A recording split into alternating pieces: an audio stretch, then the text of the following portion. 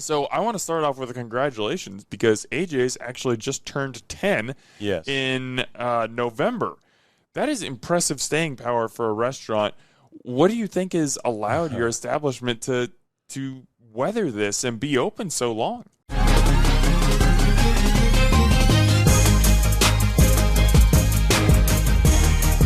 Hey there, Omaha. Welcome into another episode of Hurrdat Hoppen. I'm your host, Dan Hoppen, and I am currently on a hunt to find Omaha's best pancakes. And I put that in quotes because that's subjective, but my favorite pancakes.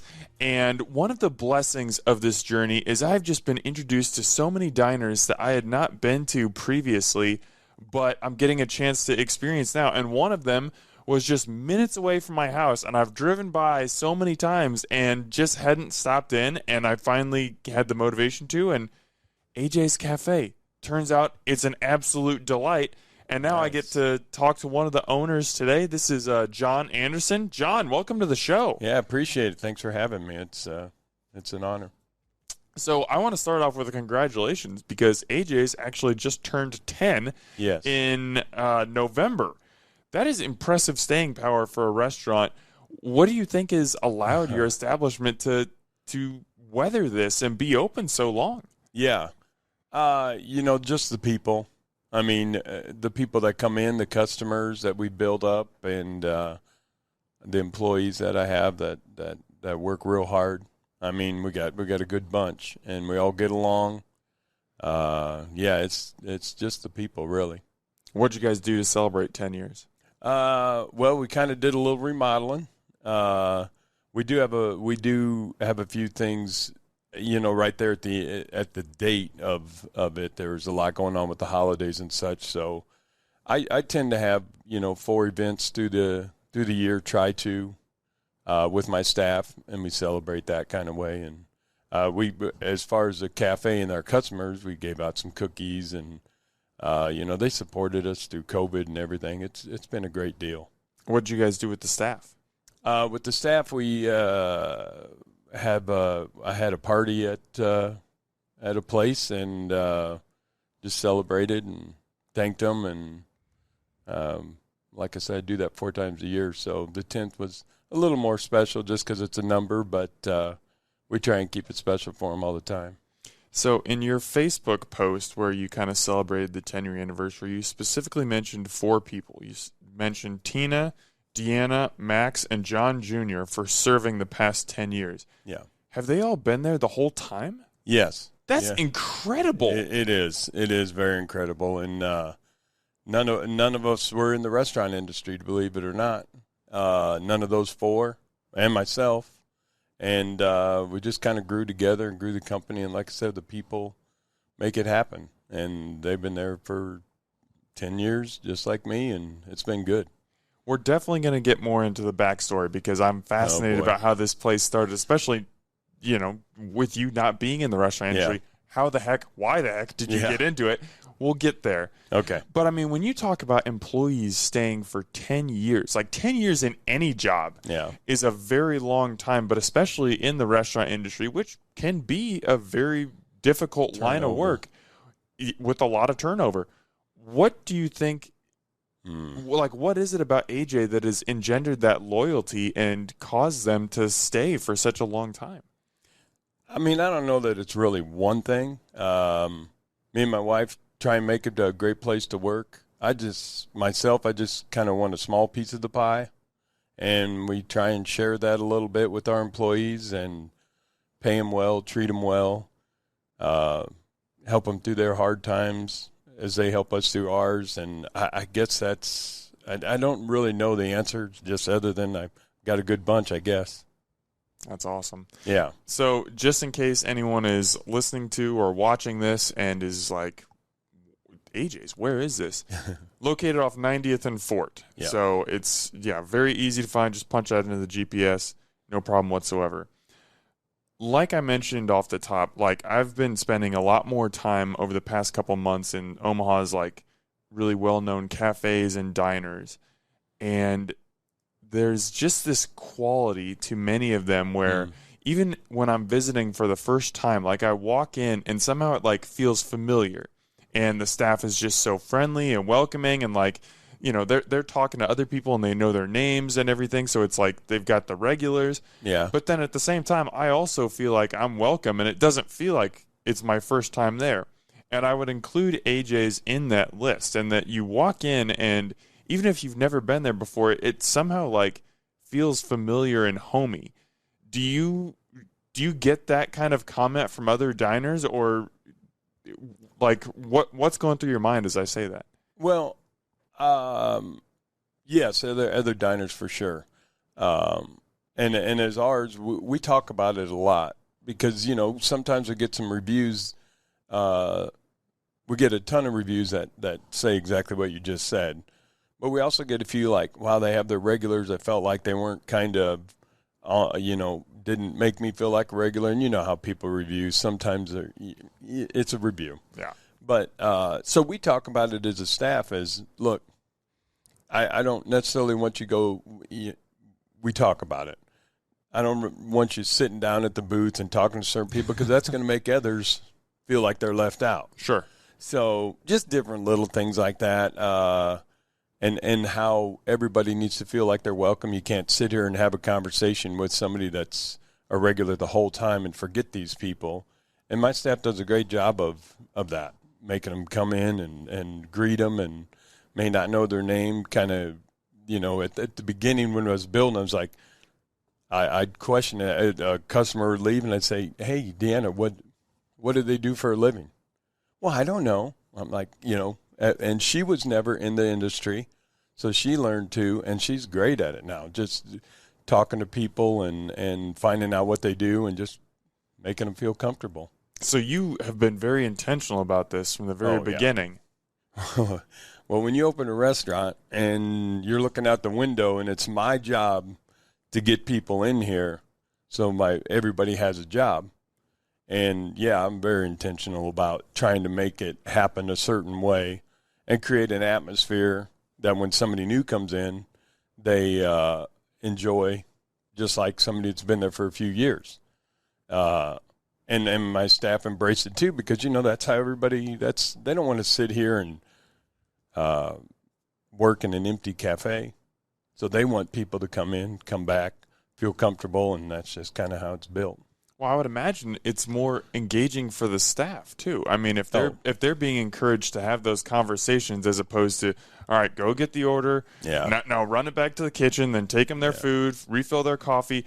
But if they're getting a chance to have conversations and build relationships, I mean, maybe that goes into the why are people staying for 10 years because they're at a job where they're encouraged to step outside of you know just performing the strict job duties, but it's like. No, just be a friend to people. Yeah. Like that's a huge part of this. That's absolutely, and you know everybody's got a story, and everybody's got. I mean, we're just common people like all of us. You know, we're not celebrities. We're not rich. We're not poor. It's just every walk of life, and everybody's got stories. Some of them good, some of them bad, some of them sad, and you get attached to them. We've seen babies grow up. They're 10 years old now. Just different stuff. People lose their babies, you know, just different things that just happen and we're just common, ordinary people, and those things are tough to deal with sometimes. But a lot of times people come there to tell their story to our staff, and not that they got to be counselors, but, you know, they're essentially are sometimes because they're that shoulder people cry on sometimes, and it's impactful for sure. Mm-hmm. Yeah, you never know the impact that you can have on somebody's life. And that includes something that I was really impressed by. So you had a TV segment in 2019 with Cheap Eats. Yes. And Maya. And she came in and she talked to one of your guests. And they said that when they come in, they don't even have to order. Like the waitress already knows this is what these people get. Like they just put it in immediately and almost like don't even have to ask. How, like, as you're training your staff, how do you create that level of detail and that attention? I mean, it's one thing to say, like go over and, you know, make sure you're talking to people, you learn their job, you learn their name, whatever it might be, but like to go above and beyond, how do you how do you get like that level of dedication out of people? You know, I mean, we have a lot of conversations about it. We had a lot early on. I mean, they do a great job, so we don't have to have a ton of communication. We just anymore about that. But early on, it's just about being committed to them because, you know, I mean, in the end, they're your paycheck. You know, it's not about the money. That's what I've always told them ever since I've started. None of this is about the money. We don't really worry about that. The money's going to happen if it happens. And if you do your job, it's going to happen. And I think maybe they listen to that a little bit. And, you know, obviously the more customers that they get, the better they are with the customers. The more customers feel like they want to greet them with a good tip, you know, and that's how they get paid. And at the end of the day, the tip's not everything for them. You know, I mean, it is because everybody's got bills and it's their job, but I get that. But they, you know, they just generally care about the customers a lot, and they get to know them, know their names and their orders, and sometimes people sit down and us cooks back there, we know what the order is. They come in a lot, so we see them walk in and, yep, there's Dave, let's get his whatever down, and by the time they're sitting down, they're ready to eat. And I imagine that's really just good for staff health overall to see the same people coming back again and again and again to the point where you know their order. Like, that shows you're doing something right. Because if you're putting out bad food or you're giving a bad experience, those people are not going to come back again and again. So that just raises the just overall staff health, maybe? I don't know what I'm trying to say exactly, but I would imagine that's a part of it. Yeah, it is. And the food's one thing. The experience is another. And, you know, I tell my guys, I'm like, if we create a bad omelet, hopefully the waitresses bail us out with the good.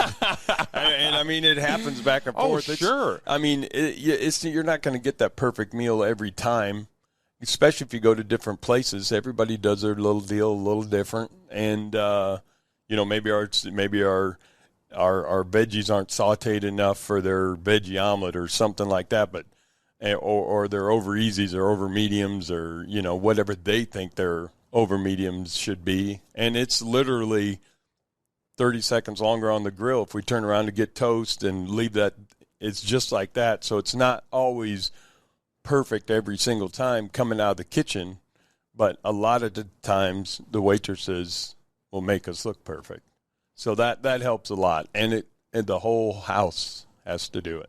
Absolutely. Yeah. So let's get into the menu a little bit. So AJ's, you guys do breakfast and lunch. You've got sandwiches, melts, chicken fried steak, the like, things like that. Yeah. But I would say probably you're best known for breakfast. Yeah. And you know where we got to start. We got to start with the pancakes. Yeah. What makes your pancakes special? What makes them stand out? I think probably just the way they're cooked. Like I said, I mean, throughout the day, obviously the pancake, the batter gets dehydrated, rehydrated. You know, get the correct batter amount in there and make it the right way. And then on the grill, like I said, if you leave it there just a little bit too long, you go over here to do something else, that could ruin that guy's experience with his pancake. So we try and get it right every time. Not that it's the perfect pancake, but we try and get it the same every time so that they know when they come in here and get a pancake, they get it the way they want it and the way they enjoyed it, really.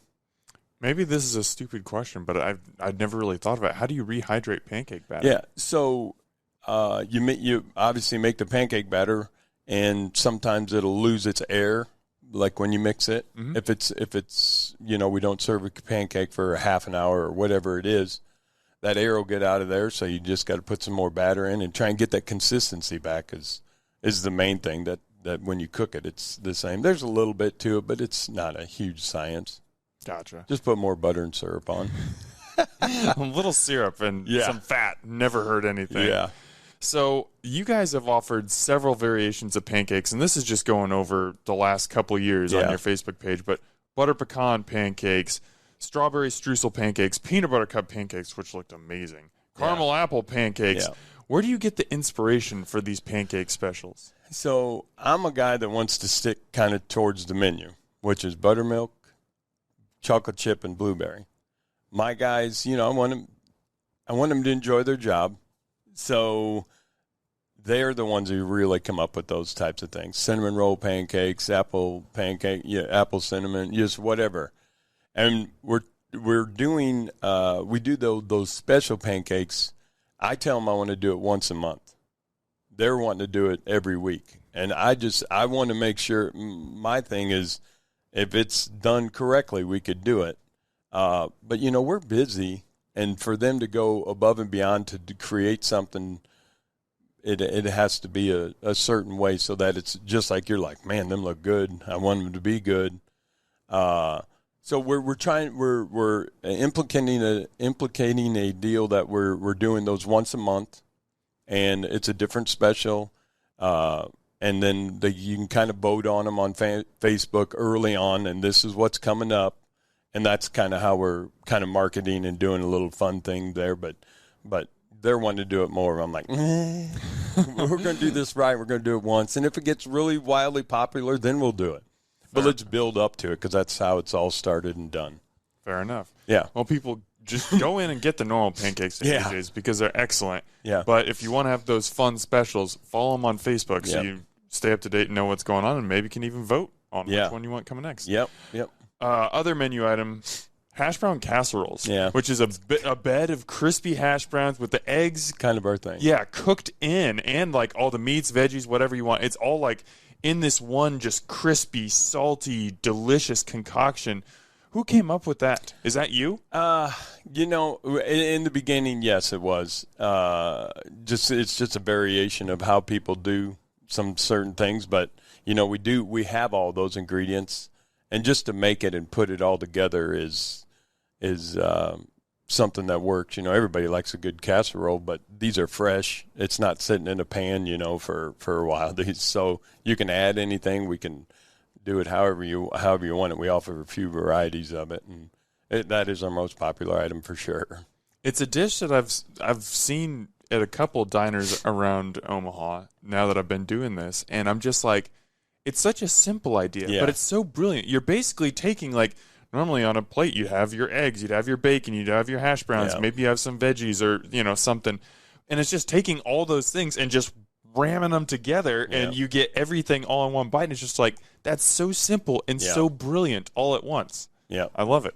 Yeah, don't forget the melted cheese and the gravy on top of them. Oh, of course. I'm sorry. How could I forget the cheese? Yeah, and gravy? It's a popular item for sure. As it should be. Yeah. So something I find really interesting about AJ's is if you go on your Facebook page and you scroll through, you'll see you guys usually offer 3 to 5 specials. Every single day something is popping up. And some examples like a smoked sausage bowl, chicken fried steak stacker, sloppy joe, a grilled cheeseburger, which is a burger between 2 grilled cheese sandwiches. Also popular. That is just wild. I don't know how you guys get away with that, but if you eat that, you should get like a medal or something. Yeah. But why are you running all these specials every day as opposed to just putting some of these things on the menu full time? Yeah. So our menu's our menu, and that's what we go by, and that's what helps run the whole program. And the burgers and all that was just like the pancakes are now, or that we're introducing. The burgers are, all right, you guys create these, and we're going to run them just as a special. Because once again, I mean, we don't necessarily have the smoked sausage all the time. So it's not something I want to stock and use on the menu. It's just a special. So, excuse me. So we create the cooks create the special burgers, and then we just run those daily, pretty much. Well, I think something else that makes those specials something, that's attractive to the restaurant is if I come in and I have this burger between 2 grilled cheese sandwiches, and I'm just like, holy cow, I need to go for a huge workout, but this is amazing. Like, I can't get this anywhere else. I want this again, but it's not on the full-time menu. That creates like a little bit of FOMO in me. And then I'm if I'm on Facebook and it pops up one day and it's like, hey, that burger is back, there's a good chance I'm like, yep, I'm canceling my plans and I'm coming that day. It's like McDonald's. It's why they don't put the McRib on the menu full time. They create that FOMO, and when it comes back, people are like, I need that now. So I think that's smart of you to do, to not have those specials full time, but to say, hey, it's not on the menu full time, but when it's here, you want to be here. Yeah, that's kind of why we started, and with the pancakes as well, That's what we're doing. I'm like, no, we're not going to do these all the time. They'll come in. Mm-hmm. That's what we're hoping. Yeah, keep people coming back. Yeah. Are there any other menu items that you want to highlight? I mean, like I said, our menus are our menu. It's just you can get those every time, every day, anytime you want to come in. The chicken fried steak, bowls, casseroles, all that kind of thing, and the specials. We'll do, if you come in like, oh, you don't have the grilled cheeseburger, and like, we can make that for you. So, I mean, there's a little bit of that to it. If we have the stuff, we can definitely do it. We accommodate. For sure. Yeah. So you own and operate the restaurant with your wife, Lisa. Mm-hmm. How did you guys meet? Oh, geez. Yeah, I'm gonna take you back. Yeah, wow, let's jog that memory. Well, actually, we were out with a bunch of friends, or she was out with friends, I was out with friends, and we just kind of met, and then me and my buddy went out in the parking lot and changed her flat tire. And wait, the first time you guys met, you changed your tire? Yep. Yeah. What a gentleman. Well, wow. Yeah, that's what I'm thinking too. It worked. It's 30-some years later. But yeah, that's kind of how we met. There was mutual friends around, and that just kind of happened from there. Okay, so what did you guys do for employment before opening AJ's? I have a sign company as well, Anderson Signs, that my dad started in 1971, and then me and my wife Lisa purchased it in like 96 or 98, something like that, and been doing that, but still have that. And she pretty much, she was a teacher. And quit that to raise kids, and then done all the bookwork, and she still does all that. She does a lot of the she'll work at the cafe a lot. Not a lot, but she did in the beginning. But she does all the bookwork and everything for both of those, and we got other interests and stuff, so she does all that. Sure. Okay, so AJ's opens in 2014. You mentioned off the top you guys didn't have experience in the restaurant industry. Where did this idea come from? I fell and bumped my head. Actually, a friend of mine, Billy's Cafe, he owns 4 of them. And we kind of met because we raced cars together and become good friends. And I went and helped at his restaurant for a year and volunteered. He didn't pay me anything. But anyway, which is fine. But come home and presented it to my wife, and she's like, "Are you sure?" I'm like, "Yeah, let's do this." What did you do at Billy's? What do you mean you volunteered for a year? I'm sorry, I volunteered in back cooking, just seeing how the operation works. He was nice enough to train me that way, and just kind of see how it worked. And I picked up on it, and away we went. Yeah. What made you want to do that? Like, did the idea of owning a restaurant, was that already in your head? I've always kind of liked that, but so when our kids were in high school. My wife, she was the president of the PTSO, and so we did all the concession stand stuff and all that, worked it all the time, and just met a lot of people. And I thought, man, this is pretty neat. Yeah, I mean, because I like to joke around and have fun with the customers. They were our customers, at the concession stand, and just people and having a good time at it, and that was my avenue. I'm like, hey, it's just like concessions. We'll just have people come in and we'll just serve them and everything will be great. And turns out it was, but yeah, it was good. Okay, so I mean, it's one thing to go from working a concession stand to working in a restaurant. It is. What was it when you started working at Billy's? Mm-hmm. What was it about that place that made you go, yeah, like this is pretty awesome. I really like this. Well, like I said, lucky I was enough to have the opportunity to do that, but my intention was to open a cafe at the time. but this helped me learn how it's done, and so it wasn't just like, all right, we got a cafe, open the door, let's go, here they come.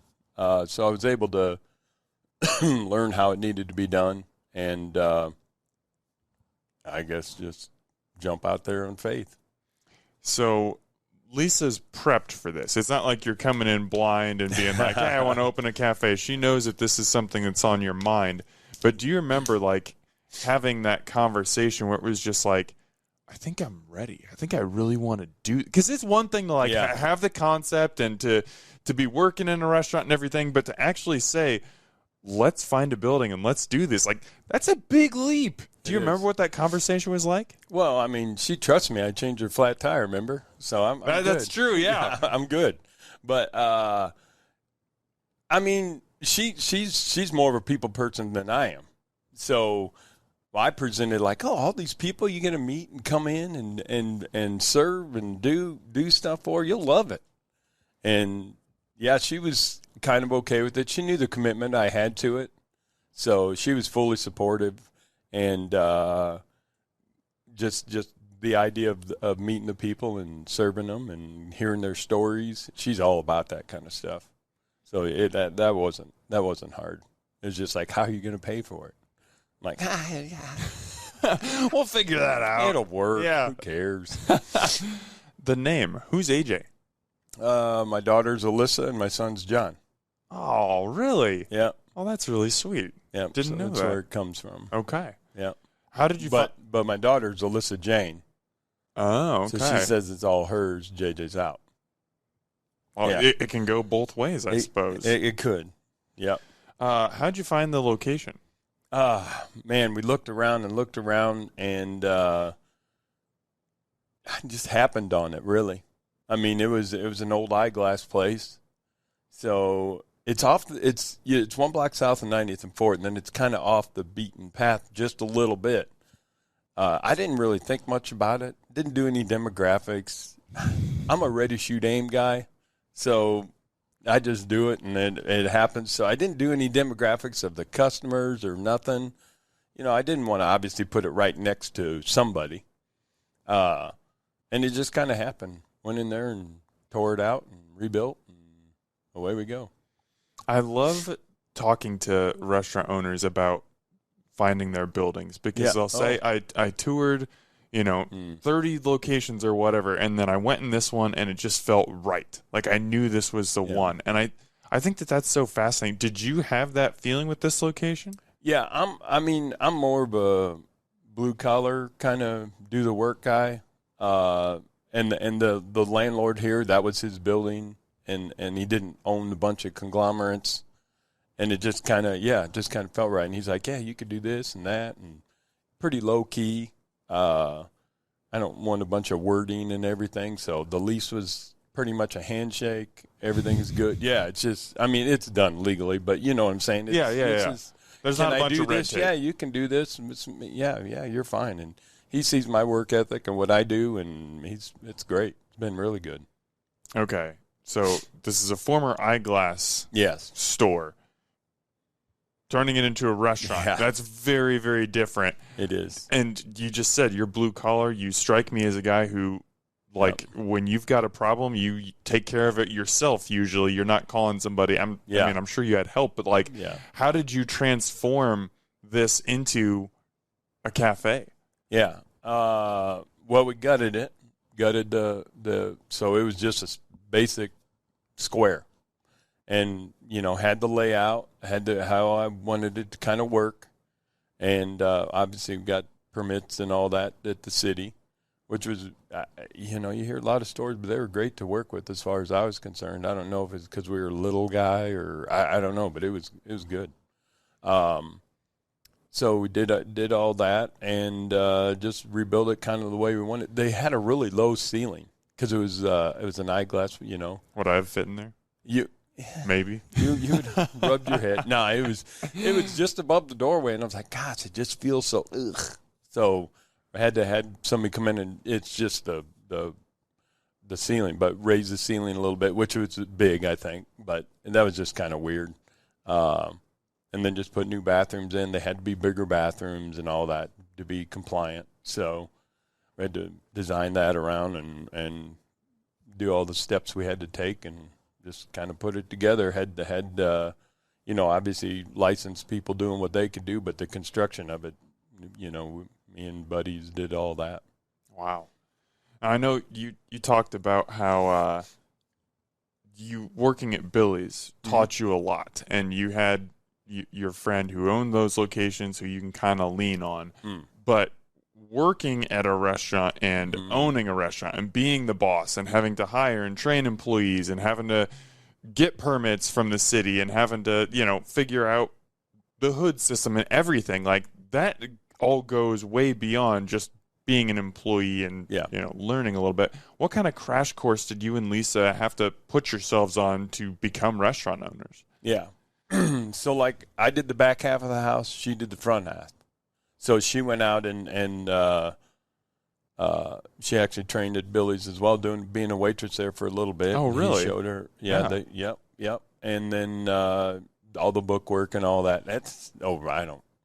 I don't really care about all that. She does all that. So she's the front half of the house, and takes care of all that kind of thing, hiring the waitresses. I sit in on it and find out and blah, blah, blah. And then as far as figuring out the order and everything, we started out slow, luckily, and build it. So that was easier for me to move and to figure out how to order and what to order and employees and all that. But, I'm just like I said, I'll take the trash out as much as the guy who takes the trash out. I'm right there with them. So I think that gains a little respect that way from them, that I'll do your job too. You got to do yours good, because if you don't, I'm going to. So that helps with the employees and everything. So, and, I try and take care of them as much as I can. They never leave. So we talked a little bit off the top about how important that culture is to creating a great dining experience for your guests, and that, they're being welcomed, they're being talked to, they're being seen and heard, not just served. Yeah.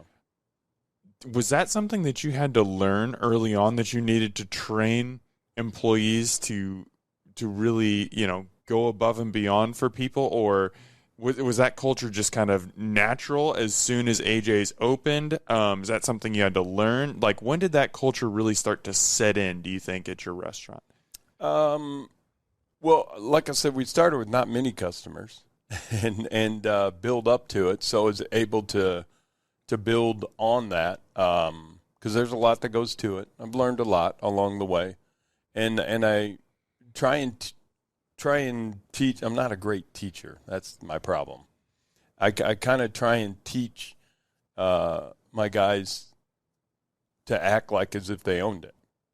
So all the headaches that go with it, all the successes that go with it, and how you need to keep it running. So that I believe helps, because it kind of creates a little ownership to it.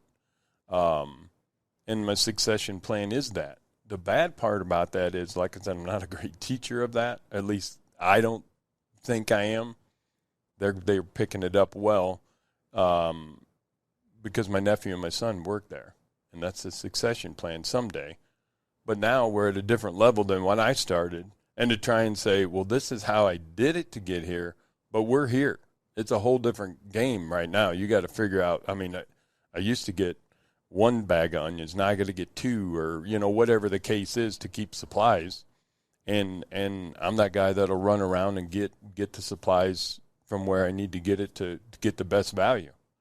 So to teach that, it's a little difficult, because we're at a different level than when I started. Mm-hmm. So. You're still learning too. So when you're learning and teaching at the same time, that's you get your hands full pretty fast. Yeah, for sure. And the ups and downs. Like now the eggs prices.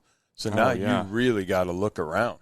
You really got to figure out, okay, because if you're paying $2 a dozen, now all of a sudden you're paying $6.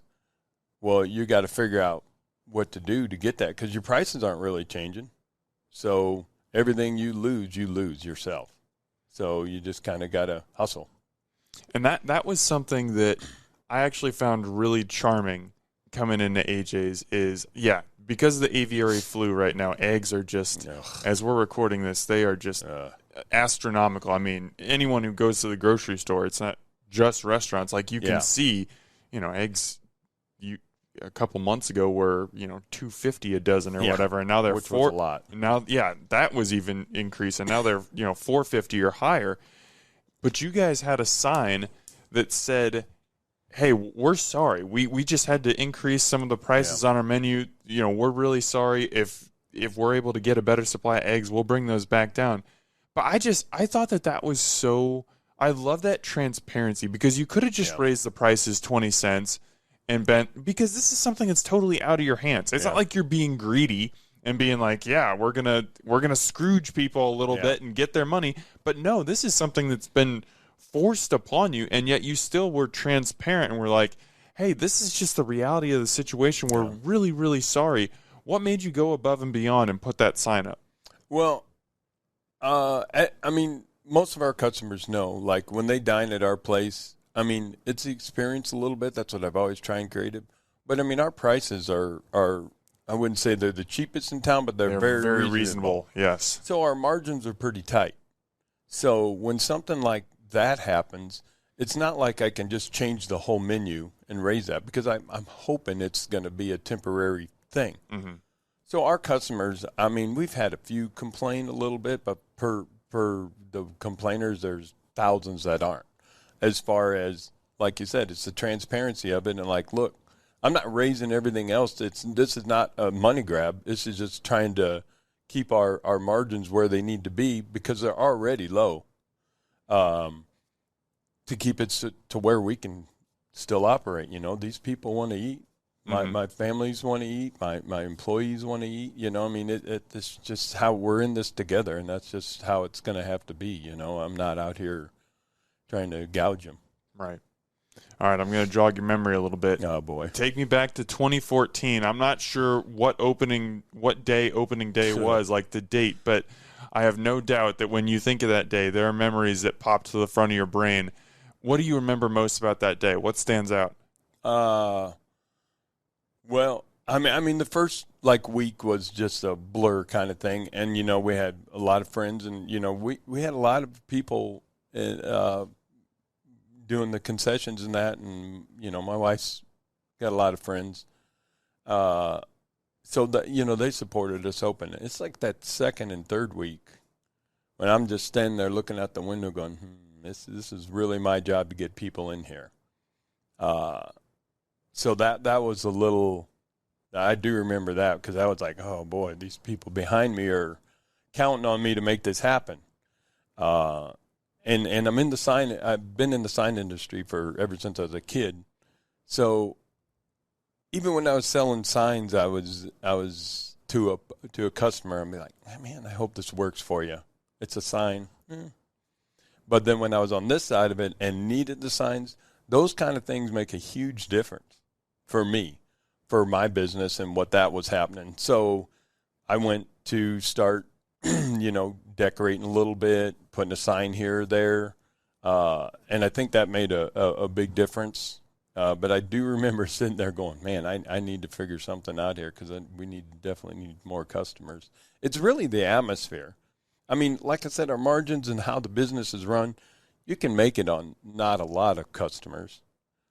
But it was the atmosphere. I didn't want an empty cafe. That's why I have some of my specials, like my grilled cheese and soup and beverage special. It's $8.88. I mean, where are you going to get all that for $8.88? Or when I do my burger fried beverage for $8.88. You're not even getting that at fast food restaurants anymore. And we're faster than them anyway. Mm-hmm. So that kind of thing is just to create some atmosphere. And then, nobody really wants to go dine at an empty cafe. You're the only one in a cafe. Yeah, it's just weird. Yeah, it's just weird. Like, either this place is terrible or this is weird. So just creating those kind of things helped a lot. And I just, those thoughts like, man, I'm going to have to do something. Okay, so now I'm fascinated about the sign, because, you talked about it. You've got a career in signs. Like, you understand signs and the importance and the kind of the the do's and don'ts of signage, what gets people's attention and what attracts them. So as you're designing AJ's sign for the front of the cafe, like what were the inspirations? What went into that, and what about that sign makes you like think that draws people in? Yeah. I wanted something, we talked about it a lot of what are we going to call it? And I wanted something to kind of roll off the tongue. And then with that, I could also create the signs around it. Nike, it's a symbol. Mm-hmm. So that's the same kind of thing I want to do. I think I could put my logo there without any name on it, and people will know, oh, that's what that is. They recognize that kind of thing. I mean, obviously that's a multi-gazillion-dollar company. I'm just a little guy here. But it's just fun for me to do it like that, and I think it works. People know that, and I created, give out people's bumper stickers, follow me to blah, blah, blah, to AJ's Cafe, and different stuff like that. Signs helped me do that.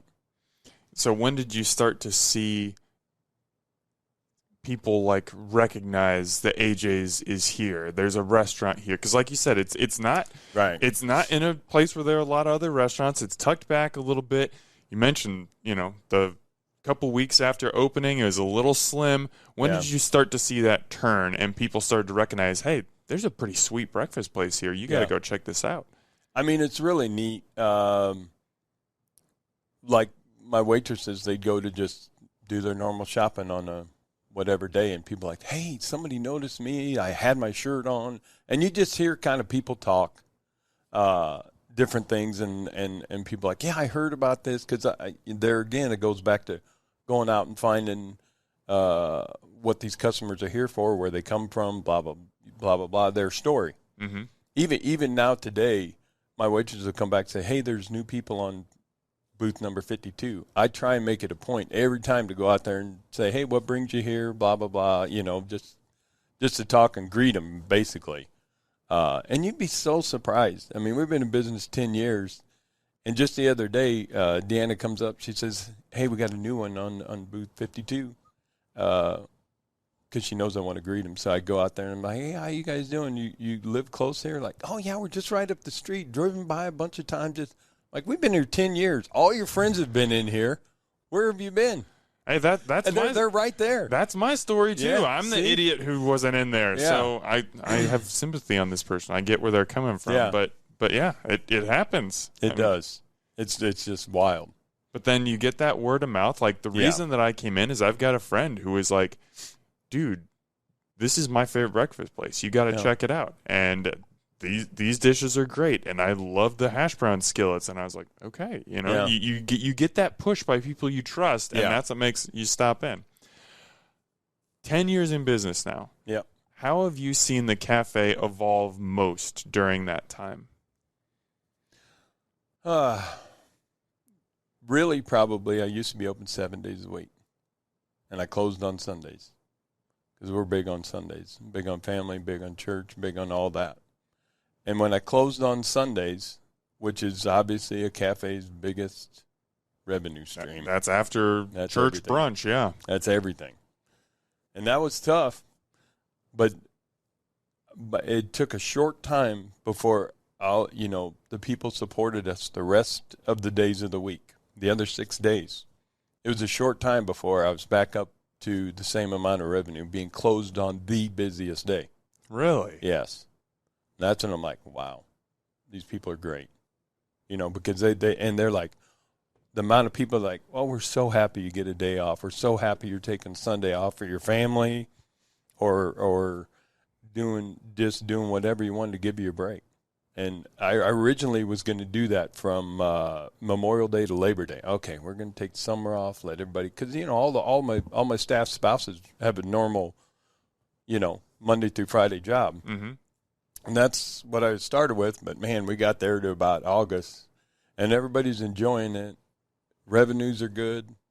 Everybody's enjoying their day off. I'm enjoying my day off. I mean, I still go and do my thing on Sundays to get everything ready, but I'm in no pressure, no hurry, just loving it. I'm like, had a meeting like, how about we go to November? We'll go to Thanksgiving. Because you can work on a Sunday through and they want to work. They do. They want to work. And we got to about then, I'm like, you know what? We're just not going to open. We're just not. The people are supporting us. They enjoy it. My staff's way happier. They get to spend that extra day with their spouse. So we just decided as a company we're just going to keep our days off.